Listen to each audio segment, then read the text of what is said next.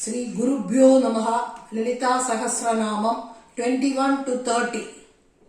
Sarvarunana Vadyangi Sarvabharana Bhushita Shiva Kameshwarangasta Shiva Swadhina Vallabha Sumeru Madhya Srinkasta Sriman Nagaranayika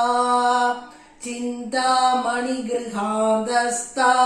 Panchabrahmasanastita Mahapadmatavi Samsta Kadambavanavasini Sudha Sagara Madhyasta Kamakshi Kamadayini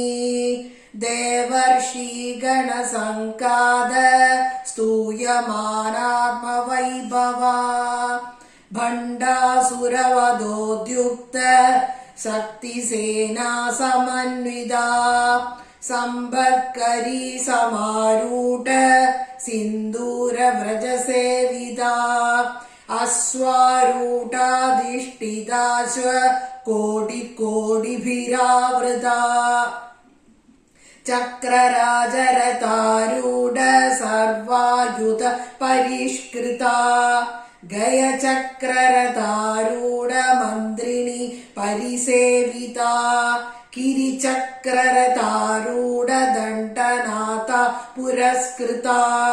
Jala Malini Kakshipta Vanni Prakara Madhyaga Bhanda Sainya Vadodyukta Shakti Vikrama Harshita Nitya Parakramaatopa Nirikshana Samutsuka Bhanda Putra Vadodyukta Bala Vikramanandida